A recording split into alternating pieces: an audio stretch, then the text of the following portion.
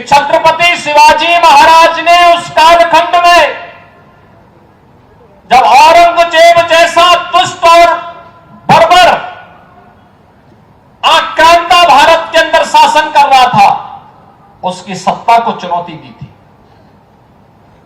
उन्होंने हिंदवी स्वराज की स्थापना की थी। पूरे भारत के लिए वो एक प्रेरणा बनी। और इसीलिए मुझे याद है जब 2017 में मुझे उत्तर प्रदेश का मुख्यमंत्री बनाया गया, मैं आगरा में गया था। आगरा में मैं जब निरीक्षण कर रहा था, मुझे बताया गया कि यहां पे एक मुगल म्यूजियम बन रहा है। मैंने कभी मुगल का भारत से क्या संबंध है, आगरा से क्या संबंध है? मुझे बताया गया कि औरंगजेब ने यहां पर रह करके बहुत दिनों तक शासन किया था। हमने कहा उनका संबंध क्या है भारत से? हमने कहा भारत का संबंध छत्रपति शिवाजी महाराज से है। इस म्यूजियम का नाम बदलो, म्यूजियम का नाम बदलो। ये मुगल कालखंड और स्थापत्य का नहीं बनना चाहिए, बल्कि मराठा और छत्रपति शिवाजी महाराज का प्रतीक बनना चाहिए।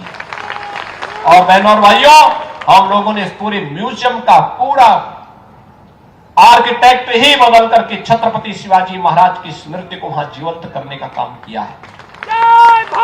छत्रपति शिवाजी महाराज हमारे आदर्श हैं, लेकिन छत्रपति शिवाजी महाराज को उस समय कितना संघर्ष करना पड़ा था।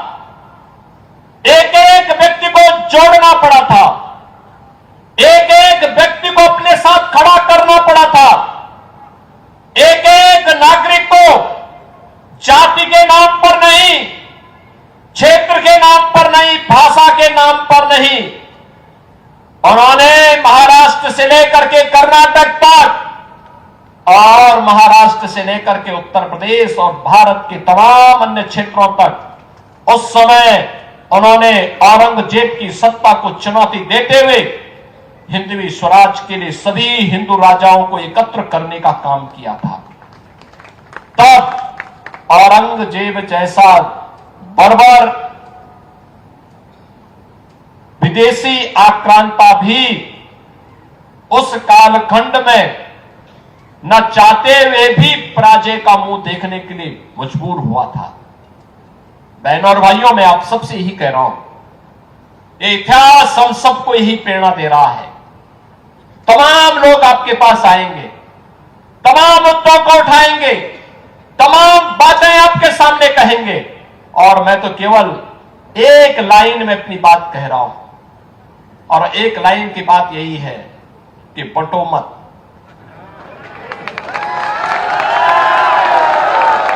बंटो मत। बंटे थे तो कटे थे, एक है नेक है। यानी बंटे थे तो कटे थे, आज एक है तो नेक है, एक है तो सेफ है। और जब तक एक रहेंगे, सेफ रहेंगे। आपकी शोभा यात्रा पे कोई पथराव नहीं करेगा। पथराव करने वाला आपके आगे आगे झाड़ू लगा करके सफाई करते हुए जाएगा।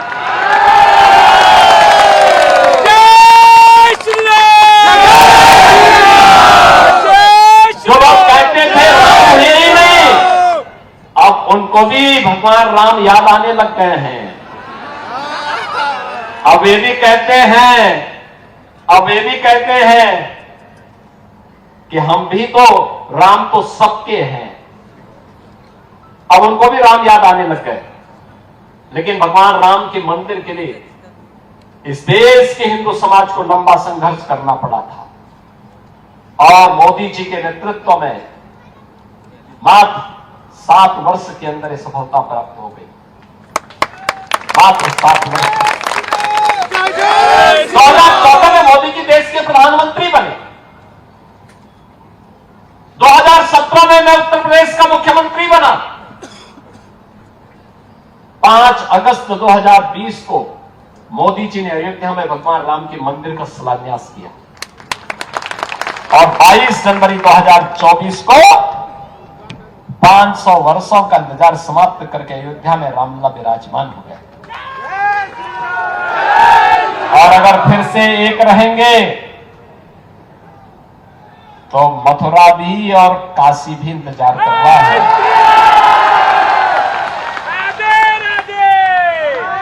और हम लोग इसीलिए बार बार कहते हैं कि लड़ो नहीं और बंटो नहीं। ये लड़ाने वाले, ये बांटने वाले लोग कभी आपके साथ कभी खड़े नहीं होने वाले हैं, कभी नहीं खड़े होंगे। मैं देख रहा था यहां पर अमरावती में, जब श्रीमती नवनीत राणा यहां पर हनुमान चालीसा के लिए भी संघर्ष कर रही थी। याद करिए, जब बजरंग बली रहे होंगे त्रेता युग में, तब तो इस्लाम नाम की कोई वस्तु इस धरती पे नहीं थी।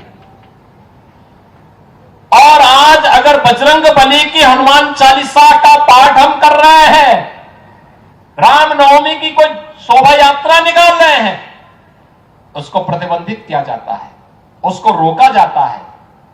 किन कारणों से? और जिन्हें बजरंग बली पसंद नहीं है, उन्हें जो पसंद है वहां जाएं। भारत के अंदर कौन ऐसा भारतीय होगा जो राम को न मानता हो, जो बजरंग बली को न मानता हो?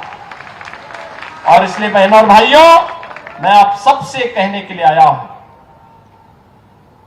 कि चुनाव राष्ट्र धर्म का चुनाव है। हमारा सब कुछ देश के नाम होना चाहिए, हर काम देश के नाम। हमारा व्यक्तिगत कोई अस्तित्व नहीं है, कोई वजूद नहीं है, कोई मायने नहीं रखता हमारा व्यक्तिगत अस्तित्व। हमारा सब कुछ देश के लिए होना चाहिए। जो देश के हित में है वो हमारे हित में है, जो देश के विरुद्ध है वो हमारे भी विरुद्ध है। और इसी संकल्प के साथ हम सबको महाराष्ट्र की विधानसभा के चुनाव को भी लेना है। अगर देश के हित में महायुति गठबंधन की सरकार आनी है तो हर हाल में आनी है, हर हाल में लानी है। और यही आह्वान करने के लिए मैं आपके बीच आया हूं। यहां पर भारतीय जनता पार्टी ने अपने प्रत्याशी के रूप में, यहां पर भारतीय जनता पार्टी के प्रत्याशी के रूप में श्री राजेश वानखड़े जी आपके बीच में यहां पर आपको भारतीय जनता पार्टी ने प्रत्याशी बनाकर दिया है। बहनों और भाइयों, विकास कराना हो, लोक कल्याणकारी कार्य कराना हो, विरासत और विकास के अद्भुत समन्वय को आगे बढ़ाना हो, या राष्ट्रीय सुरक्षा को सुदृढ़ करना हो, ये केवल और केवल भारतीय जनता पार्टी के नेतृत्व में, मोदी जी के नेतृत्व में ही संभव हो सकता है। और इसीलिए मैं आप सबसे अपील करने के लिए आया हूं। आप सबसे मेरी अपील है कि भारतीय जनता पार्टी और महायुति गठबंधन से जुड़े हुए हमारे जितने भी प्रत्याशी हैं, श्री राजेश वानखड़े तिवसा विधानसभा क्षेत्र से,